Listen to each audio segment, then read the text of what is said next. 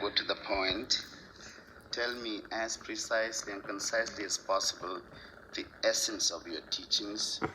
If it has changed from 1970, when I sat opposite you. The first thing you have to remember to be precise if you want me to be precise. This is unfair. I beg your pardon, it is not my intention at all to be unfair. No, then it will not be my intention too. Never again be imprecise. Okay. Just be precise and to the point. I apologize, and I was made a little nervous because of all this exam. I understand. I apologize. In nervousness, one starts speaking. That I understand. I also want to say that I have come here not so much in first line as a journalist, but as a countryman, as an admirer, as a well-wisher who has read a lot of your books. I know. And I can see in your eyes love, immense respect.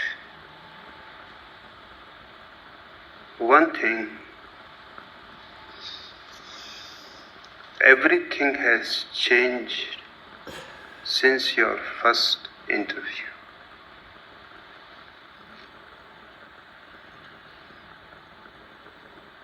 To me, life is a permanent change. Only change is unchanging. Everything else changes.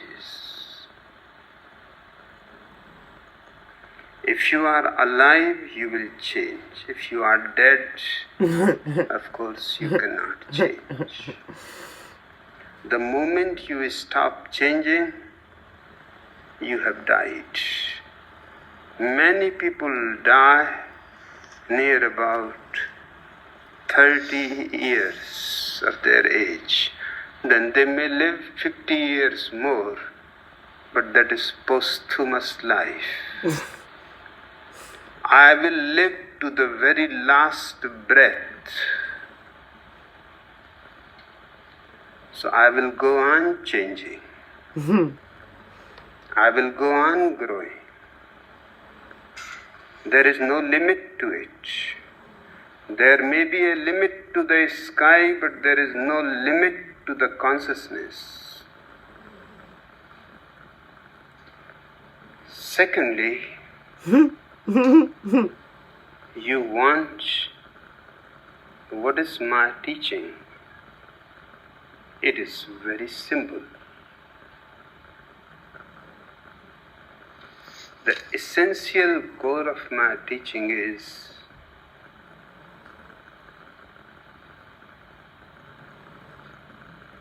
no belief, no dogma, no creed, no religion, nothing borrowed.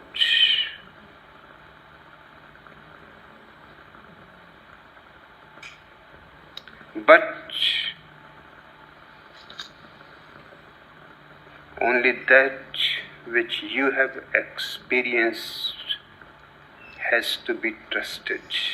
Everything else has to be doubted. Just as other religions have their foundation in belief, I have my foundation in doubt.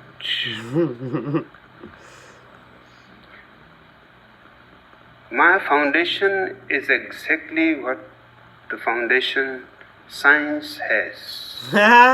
Doubt until you find something indubitable. Science moves outwards. I move inwards. This inward movement I call meditation. You have to take 3 simple steps for this inward movement.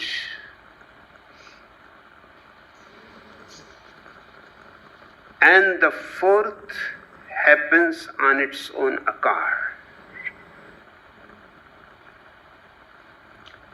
The first step is observing all your activities. That is, your body and its acts, walking, chopping wood, drawing water from the well. Remain a witness. Don't do it like a robot. May I interrupt you? No. No interruption. Second, when you have become capable of watching and witnessing your body and its activities, then you can take the second step. Watch the activities of your mind, thoughts, dreams, imagination. Just remain a witness as if you are standing by the side of the road and a procession of thoughts is passing on the road.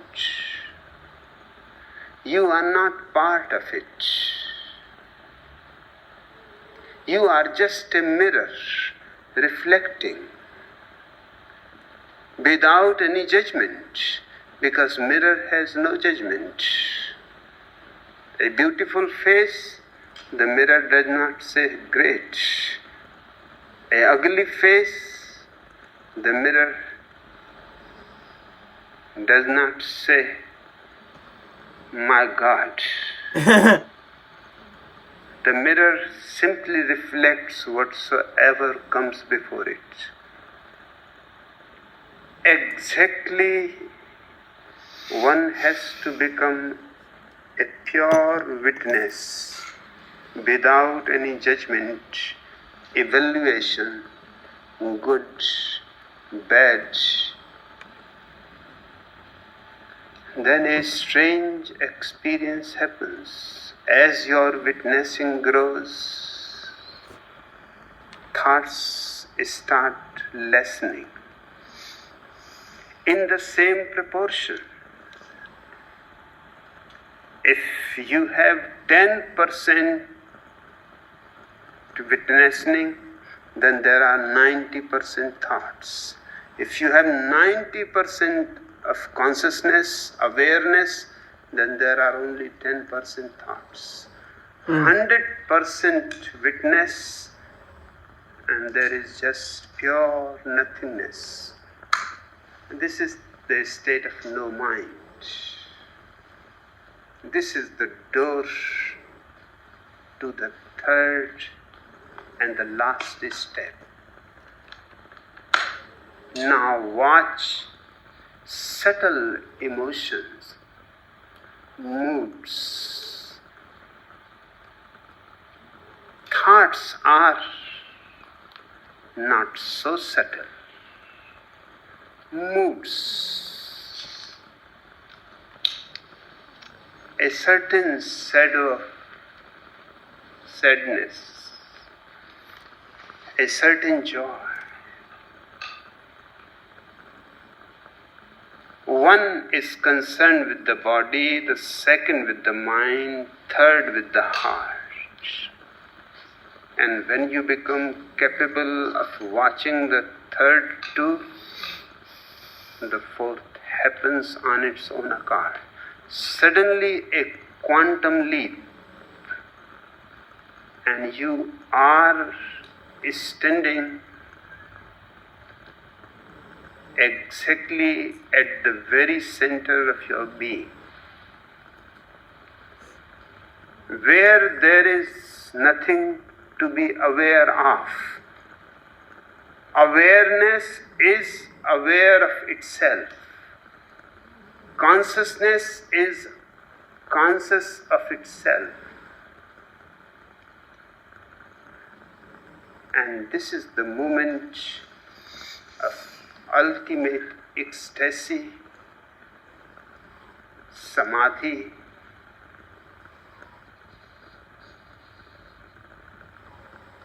enlightenment, or whatever name one prefers to give it. But this is the ultimate. There is nothing above it. There is no way to go beyond it. Because wherever you go beyond it, you will still be a witness. If you start witnessing the witness, you have not gone above it. You are still a witness. So witness is the very end of the inner journey. You have come home. And this is my whole teaching. It is absolutely scientific,